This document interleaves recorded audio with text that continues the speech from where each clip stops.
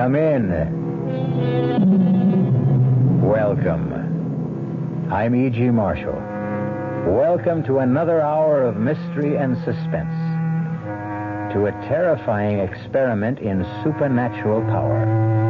An experiment by a retired scientist to direct his wife's subconscious mind to shoot him. Our mystery drama, The Breaking Point, was written especially for the Mystery Theater by Hank Warner and stars Roger DeCoven. It is sponsored in part by the Kellogg Company, makers of Kellogg's Special K cereal, and by new sugar-free Diet 7-Up. I'll be back shortly with Act One. And now another story of the ball and chain as Kellogg's Special K presents Veronica and Jeff. Oh, Jeffrey, isn't this romantic? Out in a quiet lake at night with you rowing the boat. Yes, Veronica, it's really neat. Jeffrey, what was that? Frogs. Frogs that go bonk? They're pretty weird frogs. Oh, Jeffrey, you're such a card. You have a ball and chain, like the ones they use in those Special K commercials. Yes, Veronica, it symbolizes my few pounds of extra weight. But I'm going to get rid of it. How? By exercising. You know, like rowing this boat and eating smart at every meal, starting with a Special K breakfast. You mean a 1-ounce bowl of high-protein Special K, 4 ounces of skim milk, orange juice, and coffee? Precisely. It's less than 240 calories, and it tastes delicious. It'll help me get rid of this ball and chain. I'll help too, Jeff. After all, we're all in the same boat. You have a ball and chain, too. Your happy ending could begin with the Special K breakfast from Kellogg's. There's a very special deal going on at all offices of Suburban Savings throughout North Jersey. It's called Suburban Special Interest Deal, and you'll be especially interested in the savings you get. A top 7.90% effective annual yield on Suburban's limited issue 7.50% savings certificate. And Suburban guarantees it from 4 to 10 years, minimum deposit $2,500. Early withdrawal prior to maturity is subject to a substantial penalty. Suburban compounds interest continuously from day of deposit, paid quarterly. So you not only get interest on your savings, you get interest on the interest. And Suburban offers you the highest interest rate allowed by law. Here's your chance to get a great savings. A top 7.90% effective annual yield on Suburban's limited issue 7.50% savings certificate. Why not deal yourself into Suburban Savings Special Interest Deal in Bayonne, Edgewater, Elmwood Park, Emerson, Hackettstown, Morris Plains, Nutley, Paramus, and Sparta.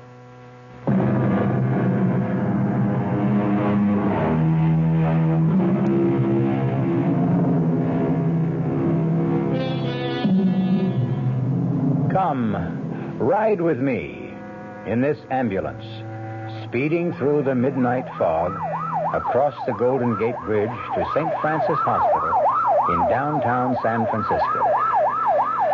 As the trauma emergency team tries with plasma and oxygen to keep critically wounded Professor William Baker alive. The driver and the 2 doctors know that the patient must get to the operating room in minutes. Now, quickly, up this hospital corridor, as the patient is wheeled into the operating room. Stand outside the door and listen as they try to save him. And maybe you'll learn what Professor Baker tried to learn about the dark mystery of life and death. Scalpel. Flap. The patient's failing, Doctor. Blood pressure. 62/40. Adrenaline. I can hear them trying to save me, but I'm going to die. And I want you to know that I'm dying, all because I made my wife murder me. Yes, I am dying because I conducted an experiment to influence my wife's subconscious mind to the point where she was going to murder me. Listen. Listen carefully. I will tell you exactly what happened. And when I have completed what I desire to communicate, go to the police. Tell them, if you dare. I say dare. for it will require courage. It began this afternoon when Dr. Philip Simpson, the brilliant young brain surgeon, drove up in his station wagon from Palo Alto to address the San Francisco Medical Society and spend the night with us at the cottage Helen, my wife, and I had rented in the wooded hillside just across the Golden Gate Bridge, overlooking the ocean. He brought Chi-Chi, one of 2 capuchin monkeys he kept under observation in his research laboratory. It's good to see you, Philip. It's so good to see you, Professor Baker. So, that's Chi-Chi. Yes, he wants to get out. Quiet down, Chi-Chi. Come on, you can come out. Hello, Chi-Chi. Oh, you want to shake hands, too, of course. Welcome, Chi-Chi. Very affectionate. Astounding talent for mimicry. Oh, dear. Get off Professor Baker's shoulder, Chi-Chi. Come on down. He likes your hat. No, Chi-Chi. No. All right, now you've tried it on. Give it back. Oh, thank you, Chi-Chi. He gets tired of wearing his black skull cap. Chi-Chi, let go of my hand. Now, you go on by yourself. He's always curious about new surroundings. Probably wants to explore that grove of trees. Go on, Chi-Chi. He won't go far. He'll play for a while and come back. Beautiful place you have here, Professor Baker. Is Helen home? Oh, she'll be back shortly. Had some shopping in the village. She just had to have abalone for you. She remembered how much you enjoy abalone steak. Wonderful, wonderful. How is she? You and Helen certainly could not have found a lovelier place for retirement. It is rather isolated, but then it does have that increasingly rare commodity, peace and quiet. Let's walk around back. Just beautiful. This view. How about a cocktail? Well, why don't we wait for Helen? Well, she ought to be back any minute. We usually have our evening cocktail in the study. Gets foggy on the patio towards sundown. What about Chi-Chi? Oh, he'll be all right. He'll open the patio door if it's left unlocked. Gets hysterical if he thinks he's been locked up. Still like dry Manhattans? Perfect. Did you tell Helen that you had asked me to bring Chi-Chi? I intended to. Slipped my mind. Here you are. Ah, thank you. Well, cheers. That's good as ever. I hope Helen won't be upset. I'm sure she won't. I rather think she'll be intrigued with the idea of having Chi-Chi here for our experiments. Wait, you mean she's working with you on the research? Oh, yes. She's very cooperative.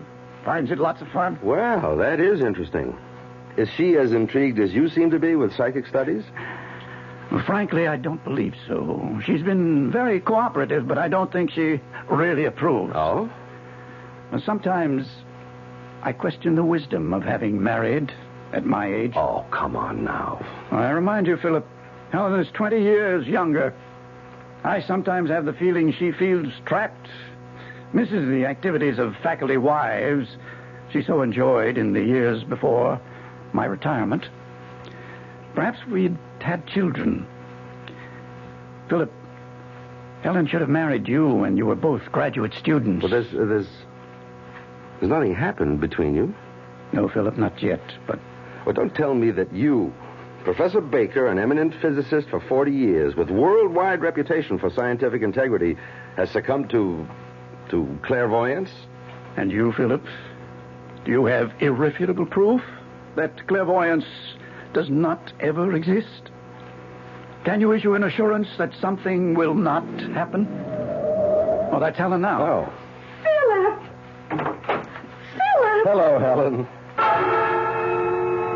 As I look back now to that moment when Dr. Simpson and I waited for Helen to come into the house, I fully realize that the quick flush that passed over his tense face meant the one thing I had been blind to, that he was still in love with her. Helen entered the room with packages in her arms. She threw them on the sofa, rushed towards him, her face glowing with pleasure, embraced him and kissed his cheek, hugged him. Oh, Philip, it's so good to see you. Good to see you. Oh, let me look at you. Oh, it's so good to see you. Neither one of them saw Chi-Chi open the door from the garden, come into the room, climb a table, and spring onto her shoulder, its furry paws around her neck. Chi-Chi, come down, Chi-Chi. Let go of her. Now, come down. There, now stay down. monkey. Oh, I couldn't imagine what. Oh, all I saw and felt were hairy paws. It's all right, Chi-Chi. It's all right. Now, just be quiet. I'm so sorry he scared you, Helen. He was trying to be affectionate. Yeah, well, I sure can do with a drink. Here you are, dear. Thank you. He is cute, but why the black skull cap? Well, you might say aesthetic reasons. Aesthetic? Or cosmetic. Philip doesn't like his little wards running around in public with their brains exposed. Brains exposed? Yes, that's right, Helen. The skull cap covers Chi-Chi's plastic skull. Now, I'll show you. There you are. Well, you can see its brain. It's positively fascinating. It's almost unbelievable. Oh, Philip, it's brilliant. It's absolutely brilliant surgery. Wait a minute, Helen. I'm just carrying on what was begun in 1948 at the Naval Medical Research Institute in Bethesda, Maryland. Really? I had no idea such surgery was possible that far back. Helen, my dear, there's a big gap in your knowledge of surgery. The ancient Egyptians operated on cranial bone. Mm-hmm. That's correct.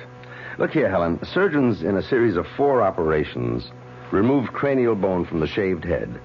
And when the skull healed, fitted the metal ring around the edge of the skull, sealing the joint with rosin and wax. The clear plastic skull is held in place by these 6 steel bolts. Marvelous. Simply marvelous. Oh, it's practically routine now. Well, why was it done, Philip? Well, to study through the plastic skull, as I'm still studying, the flow of blood when the monkeys are in an induced state of shock or under the influence of anesthesia or drugs like adrenaline, histamine. And, of course, reactions to cold, hunger, diet, fear, tension, and so forth. Incidentally, I'm leaving Chi-Chi here for a while. Here? Oh, I'm sorry, Helen. I simply forgot to tell you. Yes, but why? I mean, why is it being left here? What Philip is too polite to say, my dear, is that he's loaning Chi-Chi to me for extrasensory and paranormal experiments, to make my own observations. I believe he hopes to convince me that the brain monkey's or man's fails to respond with a measurable reaction to mental energy messages. Exactly. Look, I'm curious. Why must the experiment be with a monkey when a dog, a horse? Philip understands, don't you, Philip? Well, Helen, in the scale of intelligence among animals, the monkey has the highest ability to learn next to man. Oh, Philip, what time is your lecture? Well, I should be at the academy by 8. Good. Give us enough time for another cocktail. And not have to rush through dinner. Darling, please shake up another round. I'll take these packages to the kitchen. Well, here, let me carry them in. Oh, well, just put them on the counter, Philip. Mm-hmm. Anything else I can help you with? Just show me where things are. I'll help set the table. What is it, Helen? You all right? Yes. The table. The table. What are you talking about? I said I'd help set the table. Oh, well, later. Let's have our drink and talk. There's so much to catch up with, Philip.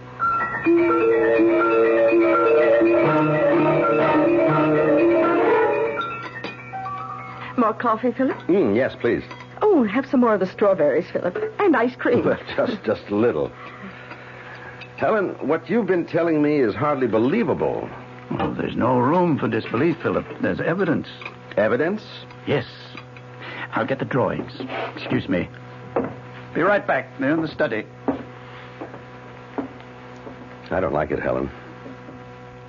Do you have these dizzy spells often? Well, they've been more frequent recently. Well, you should stop participating in such experiments. I'll talk to William. Oh, please don't. Please. Here we are.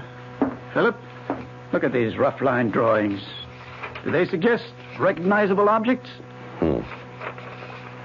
Well, this might be an apple, I guess. This, suggests a knife.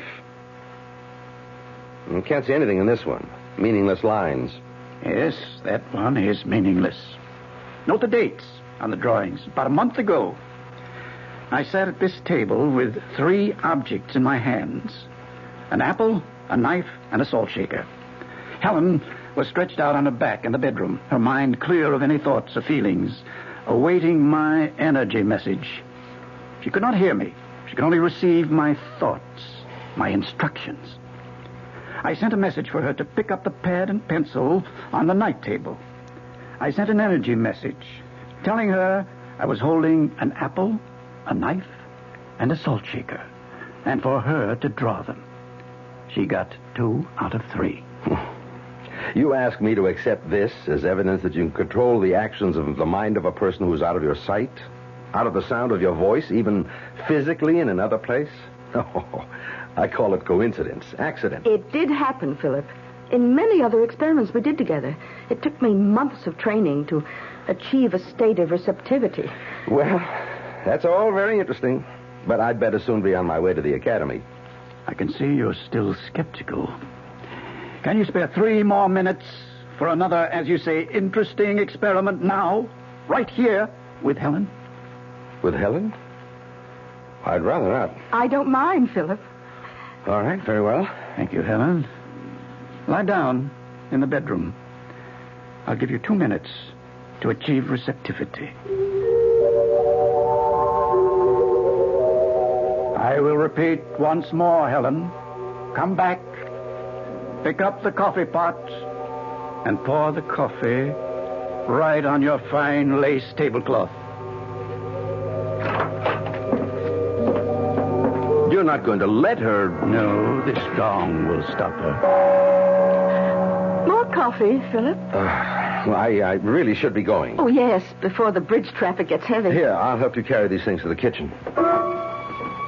He followed her into the kitchen, carrying a tray. The brilliant Dr. Simpson had been puzzled. Are you all right? He had asked her. Dr. Simpson, who recognized only the physical laws of matter, had asked, are you all right?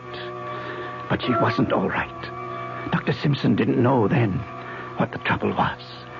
But late that night, when he returned from his lecture, he found out about the experiment that was underway with the loaded gun in the night table.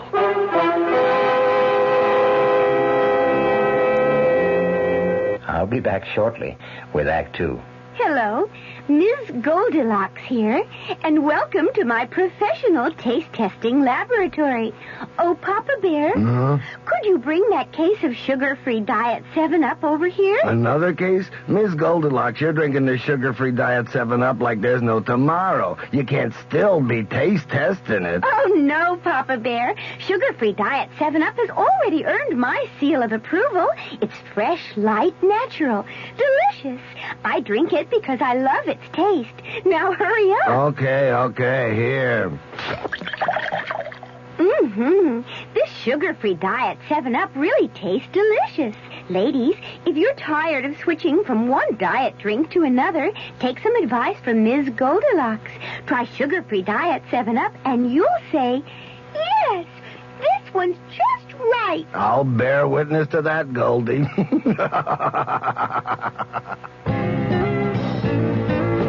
Hey, Mom, what's for dinner? Hey, Mom, what you got? What's for dinner? Your ShopRite is featuring ShopRite or Shenandoah brand Grade A Rock Cornish hens. A real family treat at just 47 cents a pound. What's for breakfast? Listen to these ShopRite values. ShopRite Grade A large eggs, 59 cents a dozen. ShopRite sliced bacon, 1 pound package, 79 cents. ShopRite Grade AA butter, 1 pound brick, 69 cents. Crown Top white bread, 22-ounce loaves, 3 for $1. Save on every meal at ShopRite. She loves the family. She wants the best. She does all that she can do. She lets ShopRite do the rest. Hey, Ma, what's for dinner? ShopRite has the answer. WOR New York, your Mystery Theater station.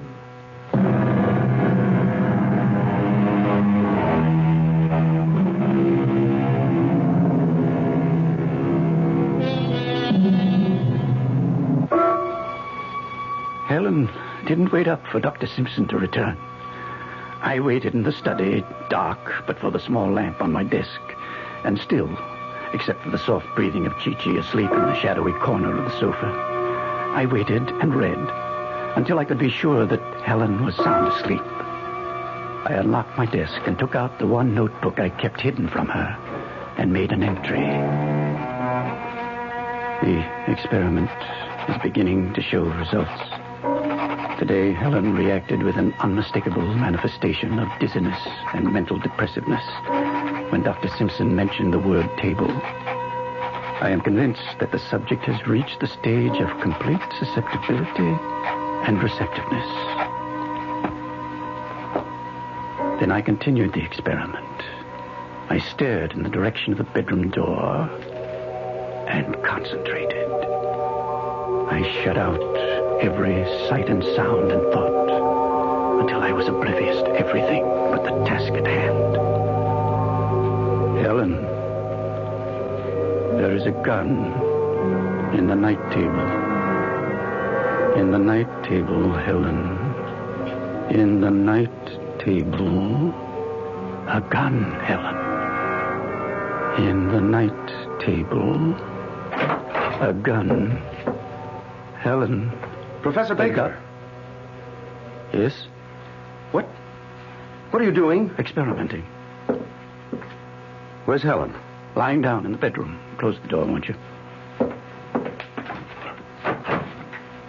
Professor, what is this experiment? It's a very simple experiment. I'm trying to reach her mind. Now, if you'll excuse me. Helen, there is a gun in the night table. Stop it. Stop. Why, you're shaking, Dr. Simpson. What are you up to? I'm simply trying to tell Helen there is a gun in the night table by her bed. And for her to... To what? To pick it up, enter this room, point the gun at me, and pull the trigger. But why? Why? What I'm trying to determine is whether one mind can influence another by exerting mental energy to do something the subject would normally recoil from doing. Yes, go on. In Helen's case, I'm sure that in her conscious hours, she would never even entertain the thought of shooting me. I'm trying to determine whether she can be made to do just that without her being aware that she is being impelled to do so. But why? What would it prove? Prove? Don't you see? If one mind can control another across space, think of the power men of goodwill can exercise over evil. It will at long last give man control over the rapacious breed that makes civilization a nightmare. The evil, power-hungry men who brainwash their countrymen into one war after another. Professor, how long has this been going on? For weeks. Every night. You recall Helen's depressiveness this evening? When you mentioned the word table? You mean... Yes. The reaction. Results. My mind is beginning to control her subconscious. You witnessed it, Philip. And now, have you the scientific integrity and the courage to witness the experiment carried through? I have conditioned her to come in when the clock strikes midnight.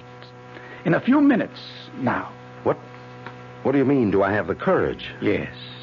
To stand by and not interfere when or if she's about to pull the trigger to kill me. You mean the gun is loaded? Of course it is. But why not blank bullets? The experiment must be carried out with all factors of reality to eliminate all possibility of interference from her extrasensory perception. I don't understand. Don't you see? Her extrasensory perception could signal her subconscious mind that the gun is harmless, and the experiment would prove nothing. Professor Baker, I simply cannot understand how a man like you, who's devoted 40 years to the science of physics, can suddenly, on retirement from scholastic life, devote all his time to such elusive matters as parapsychology, mental telepathy, clairvoyance, fantastic nonsense. You sound very dogmatic for a man of science, Dr. Simpson. With all due respect to your sincerity and your experiments, Professor Baker, the vast array of scientific knowledge still supports the theory that human behavior can be traced directly to the physical and chemical factors of the human body. And you think Chi-Chi will convince me of that? Precisely. You allow for no distinction between man and the monkey? None. Both are animals. Listen to me, Philip. You've been trying to dissuade me. Oh, I'm quite aware of that. Now let me try to convince you. All right, I'm listening. From the time the British Society for Psychical Research was founded in 1882, right through the present worldwide experimentation to pierce the veil of the unknown, the one thing that has been missing is the willingness of scientists of unquestioned integrity to conduct their own experiments. The time has come, Philip, for researchers like you and me to settle once and for all what is or is not possible, is or is not true in paranormality. If I consent to witness your experiment, will you promise me that if it fails, tonight, now, you will never again experiment with Helen's mind? Yes. But, Philip, I can see you're still afraid that the experiment will succeed and that she could shoot me. I'll put you at ease. This gong that stopped her from pouring the coffee on the table. Here, you hold it. And if you think the situation warrants, strike the gong. Very well. Proceed. He stood by the door to the study, one hand holding the brass gong by its silk braid, his eyes watching the clock on the mantel as it started to strike midnight. Chi-Chi, awakened by the clock and our raised voices, was nervously pacing back and forth across the top of the back of the sofa. Philip watched the door. I sensed he was prepared if Helen failed to respond to the gong. He would strike the gun out of her hand. I resumed the experiment. Pick up the gun. Come into the study, Helen. The study, Helen. Helen walked in, her eyes fixed and staring, her arms at her side, her right hand slightly behind her, Philip, mouth open, unable to utter a word, watching her. Point the gun at me. Pull the trigger. Helen! Dr. Simpson dropped the gun. Rushed to me as I slumped over the desk. Good God. The bullet hit in my chest. Helen! Towels, adhesive tape. It's a chest wound. Have to keep him from sucking in air. He looked up from examining the wound. One glance told him she didn't hear or understand. He ran to the bathroom, got towels and the tape. Helen, call an ambulance. He moved me to the couch, pillows under my head, ripped open my shirt, pressed the towel on the wound, taped my chest to keep the pressure on the wound. Call the ambulance, Helen. She didn't respond. He seized the phone. Put down the phone, Philip. Helen. Helen, why are you pointing the gun at me? Put down the gun. She lowered the gun to her side. He went to her. My eyes closed. I struggled against the blackness flooding my mind. I struggled as the blood trickled from my wound to listen. Helen, don't you hear me? Answer me. Answer me! Why did you slap me, Philip? Helen, do you know what you've done? What have I done? You've shot him. Who? Your husband, Professor Baker. We've got to call an ambulance, Helen. His pulse. Will he live? The ambulance, Helen. He won't live, will he? I can see it in your face, Philip. He won't live. He'll die if he doesn't get to the operating room. I want him to die. What did you say? I want him to die.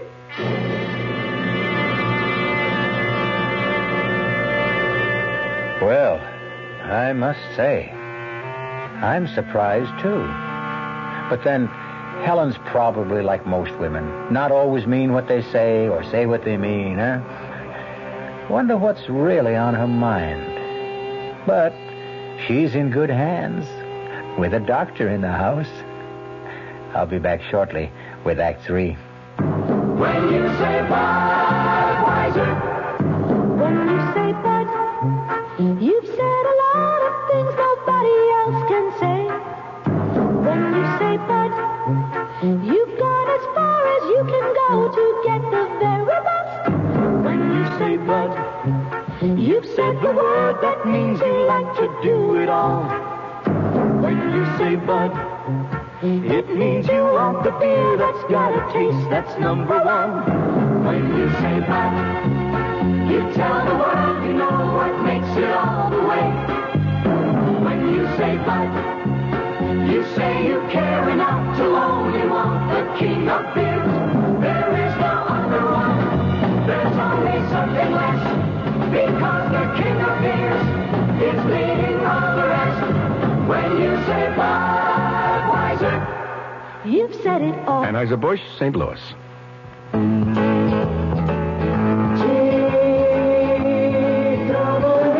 People who fly a lot get to know the difference between one airline and another. And it's these frequent flyers who tell us they're more comfortable flying on TWA.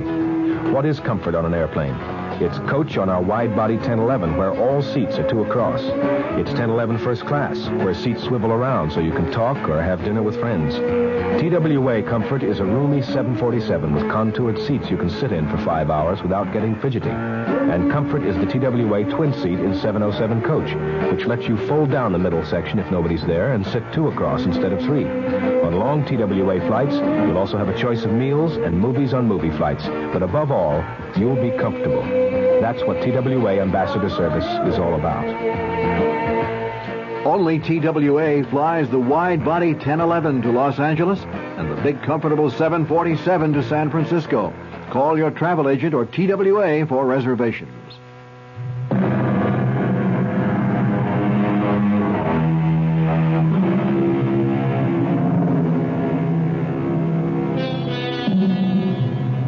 Well, it does seem we left both Helen and Dr. Simpson in a state of shock. Not to mention our bleeding Professor Baker and that hysterical Chi-Chi. Let's rejoin them and see whether there's help for any of them. I don't want him to die. Listen to me, Helen. You must let me call the ambulance. Don't you see? We must. If he dies here, the police will want to know why we didn't call the ambulance. The police? Yes, Helen, the police will want to know. Oh, Philip. Hold me. I'm so mixed up. Come. Sit down. Lean back. Just try to relax. Put the gun on the floor. I'll call the hospital.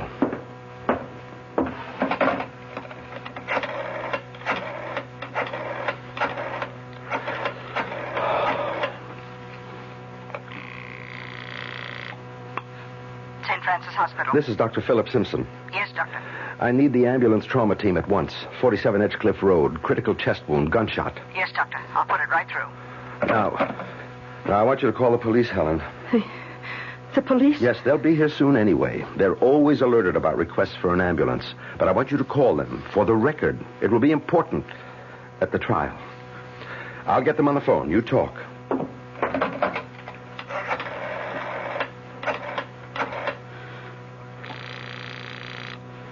Police emergency, Sergeant Peters. Oh, this is Mrs. William Baker, 47 Edgecliff Road.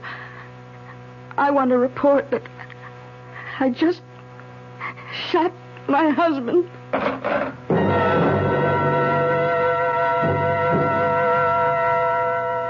What will I tell them when they get here, Philip? You don't have to answer any questions tonight. I'll have the law firm of Kendall Prentice represent you. They're specialists in forensic medicine. The Chinese gong in the dining room. It's Chi-Chi, imitating what I did. Chi-Chi, stop that. You hear me? Stop that. Let me have it, Chi-Chi. Now, come here. Drop it. Drop it.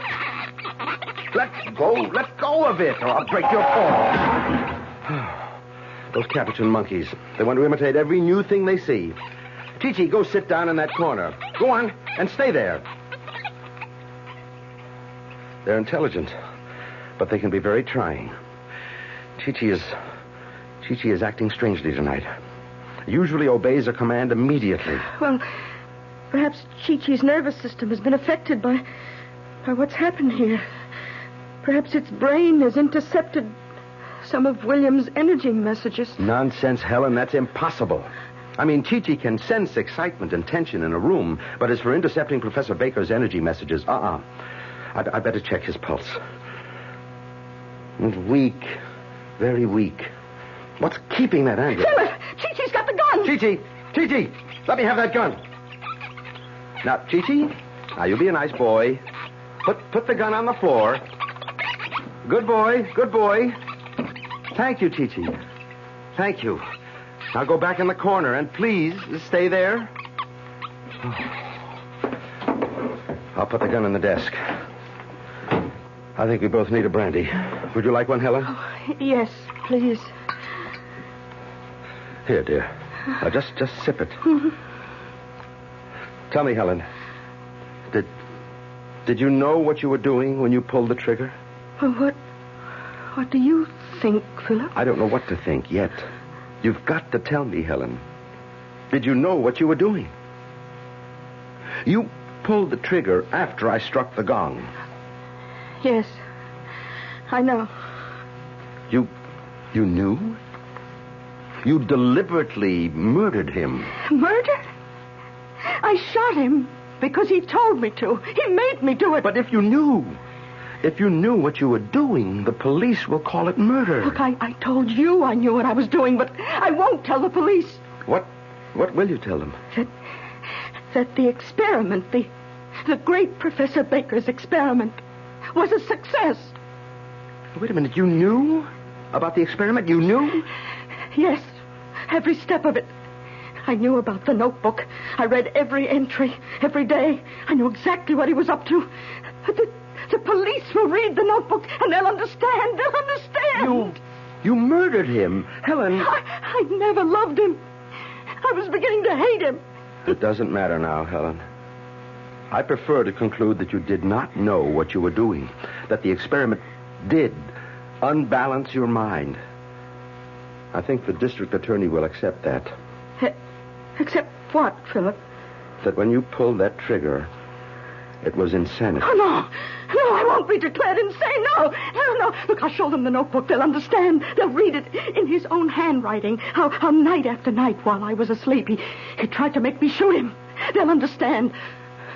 Unless you tell them differently. Unless you tell them I murdered him. Helen, please listen to me. Try to understand what I'm telling you. The police will never believe that Professor Baker's experiment was a success. They'll call in scientists to testify that no such thing is possible. They'll suspect that you used your knowledge of the experiment to kill your husband. Yes, but you were a witness. You can verify what happened. Yes, but... You tell them that I murdered him? No, Helen.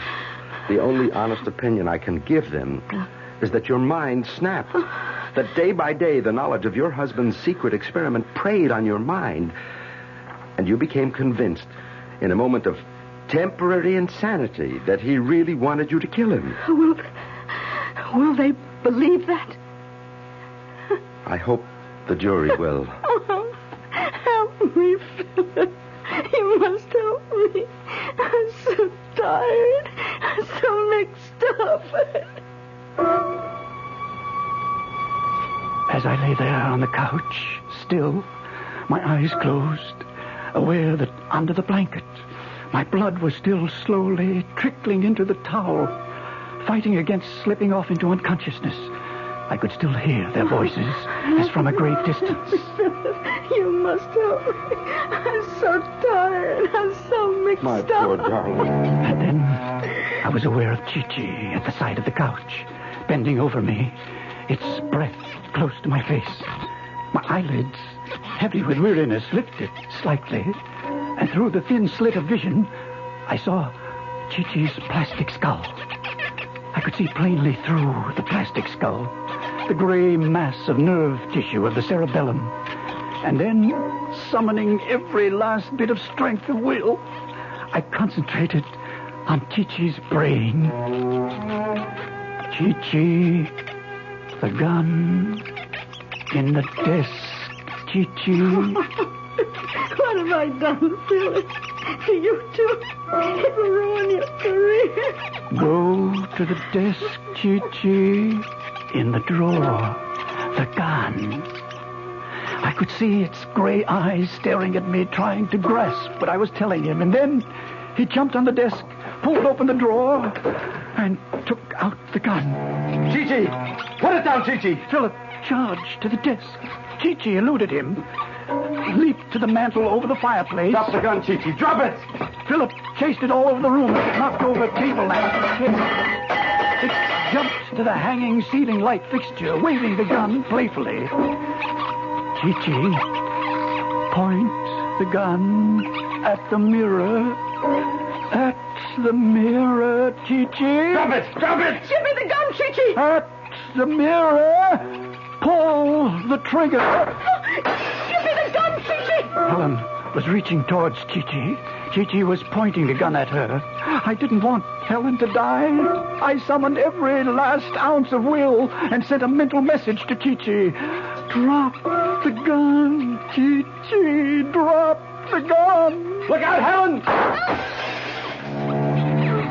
Good Lord. Helen, answer me. She didn't have a chance. She was shot in the head. Oh, my darling. You must not die, Helen. You must not die. Helen, I love you. Chi-Chi was at the door at the garden in a panic, trying to open the door, the gun still in his hand. Philip grabbed the fireplace poker, swung it on Chi-Chi's plastic skull. It glanced off and fell out of his hand. Philip picked up a chair, threw it at Chi-Chi with all the strength of his fury. It crashed through the glass. Chi-Chi jumped through the opening. Philip picked up the poker, went after Chi-Chi. I could hear Philip chasing him across the flagstones of the patio. I heard the police car. I could hear Philip shouting. Chi-Chi!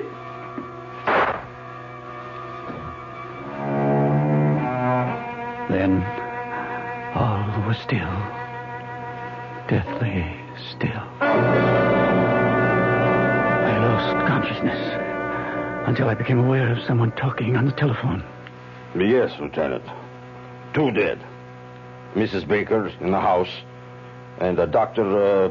Philip Simpson in the woods back of the house. Yeah, 1 bullet in each of them. John says Dr. Simpson was pretty far gone when he found him. Says he tried to tell him something. John thinks it was something about a monkey still running around out there with a loaded gun. It beats me too, Lieutenant. No, nothing else. Oh, yes, we found a black skull cap hanging on the chandelier. That's what I said, skull cap. Odd-shaped thing. Can't figure out what it's for, no. Right. Oh, better get that ambulance out here fast. Professor may still have a chance. Here it comes now, Lieutenant.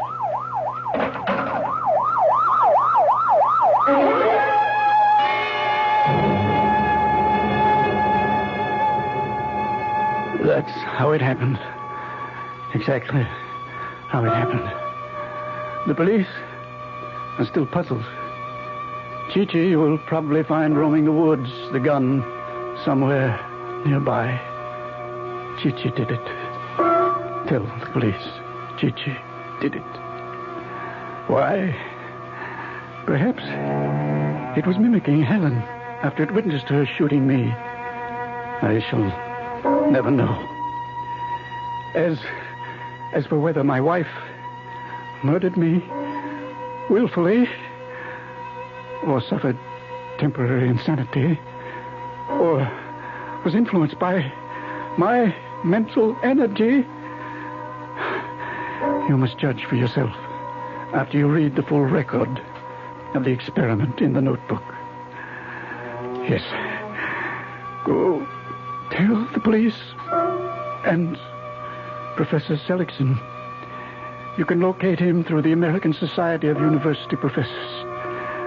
Tell them I decided to communicate the foregoing just an hour ago when I heard the operating team give me up.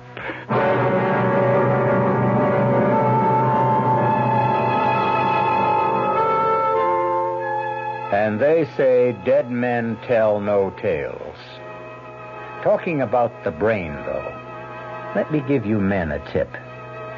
If your wife is trying to talk you to death, don't worry. Master the secret of mind over chatter. But seriously, a guy I know didn't even answer his wife. She threatened to divorce him because he was unsociable. So he hit her over the head with a mashie, told the jury he wanted to be clubby. I'll be back shortly. Amco Transmissions, may we help you? I hope so. My frisky Ford is making funny noises. Oh, like what? Like this. Hey, that's great. You mean everything's okay? No, I was admiring your car sounds. As for your Ford, ma'am, well, I'd have to look at it to tell you exactly what's wrong. But I can say of the 3 million automatic transmissions Amco serviced, over 900,000 of them were Fords. You can cure my buzzes? Oh, you bet. We've gotten stranger sounds than that out of. Ford, Torino, and the Maverick, and the Mustang, and the Pinto, and the LTD. Rest assured, we'll get rid of your buzzes. Oh, terrific. I'll zoom. Excuse me. Right down. Nobody knows your automatic transmission better than Amco. Double A, MCO. There are over 500 AMCO centers coast to coast. Consult your yellow pages for the AMCO center near you. Double A, MCO, AMCO. Our cast included Roger DeKoven, Bryna Rayburn, and Nat Polen. The entire production was under the direction of Hyman Brown. Radio Mystery Theater was sponsored in part by Anheuser-Busch Incorporated, brewers of Budweiser. This is E.G. Marshall inviting you to return to our Mystery Theater for another adventure in the macabre. Until next time, pleasant dreams.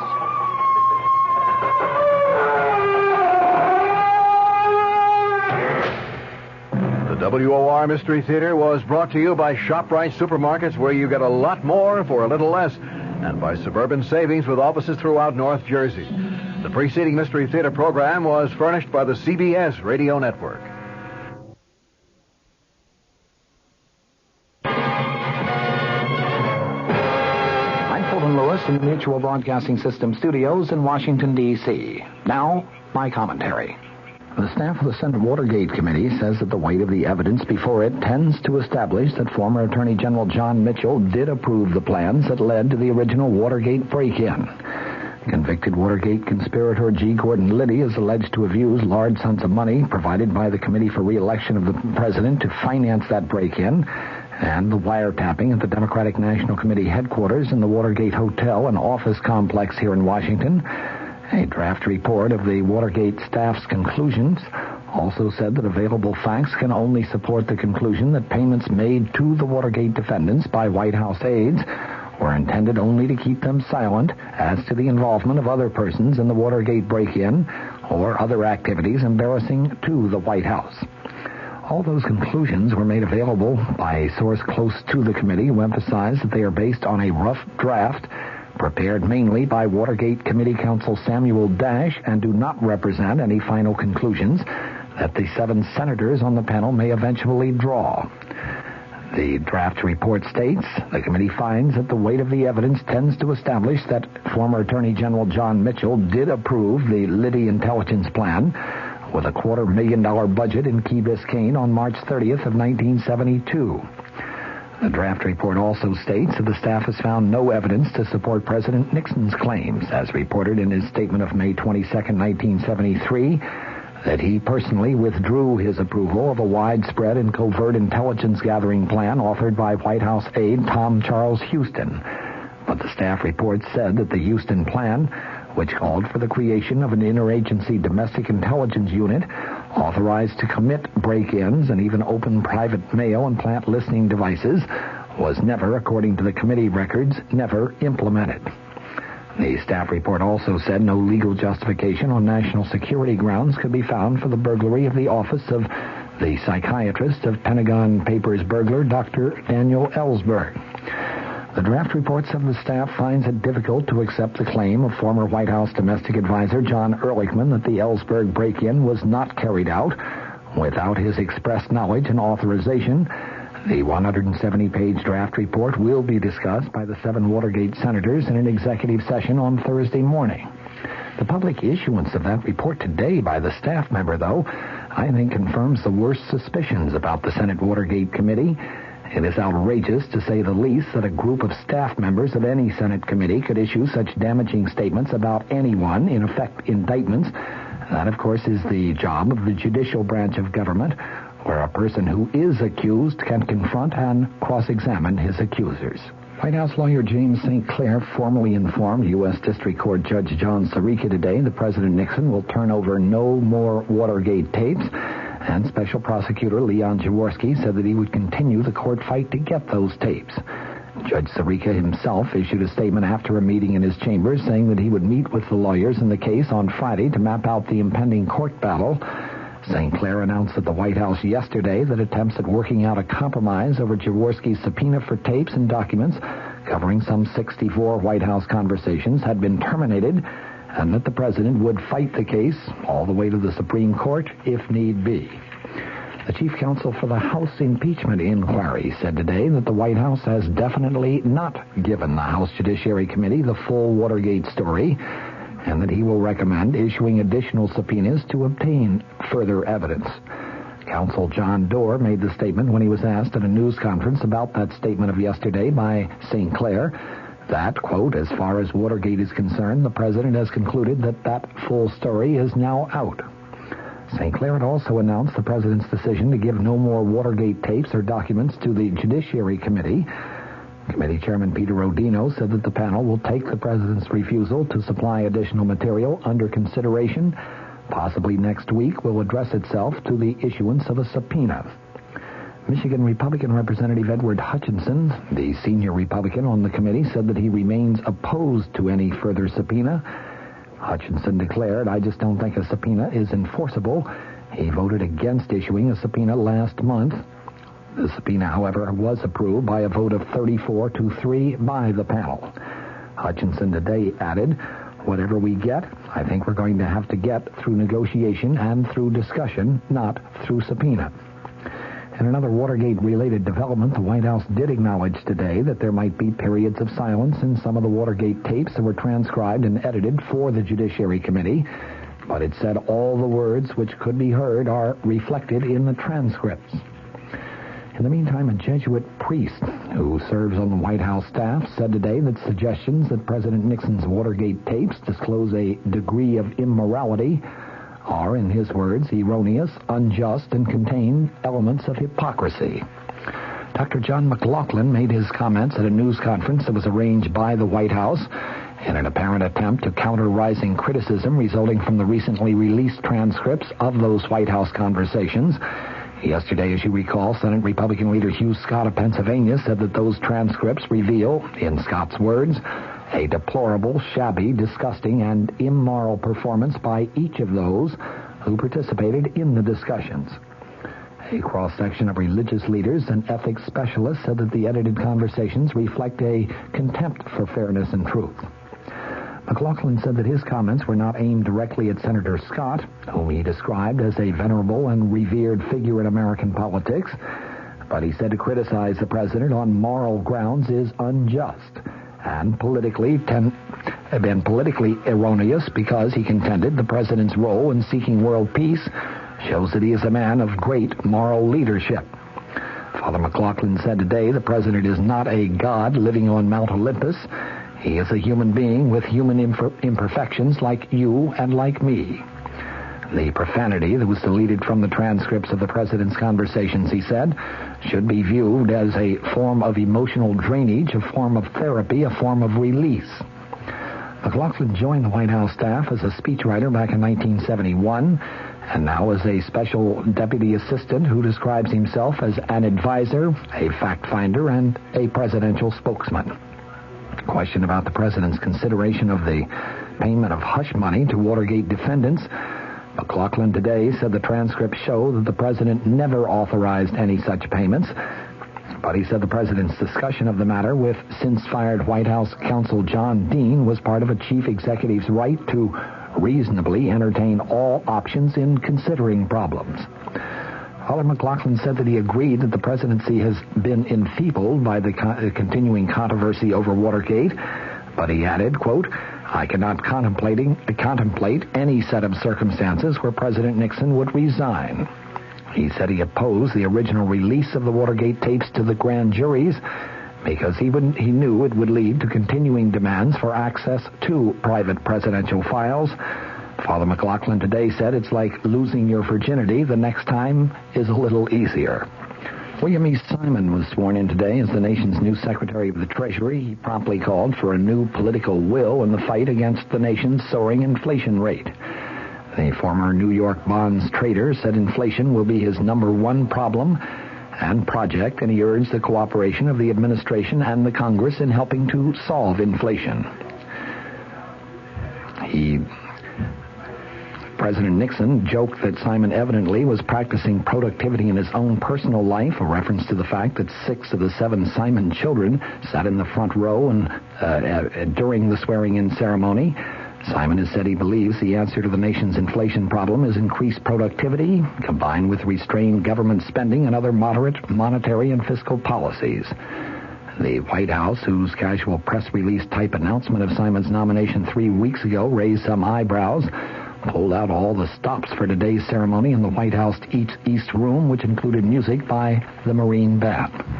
Up on Capitol Hill, meanwhile, 7 full months after the energy crush started, the Senate finally started opening debate on legislation to reduce the fuel shortage without addressing the problems of rising petroleum prices. The bill under consideration is a modified version of one vetoed on March 6th by the president, who objected to a provision in it rolling back crude oil prices. The Senate then refused to override the presidential veto. The current bill is chiefly sponsored by Senator Henry Jackson, the Washington Democrat, chairman of the Senate Interior Committee.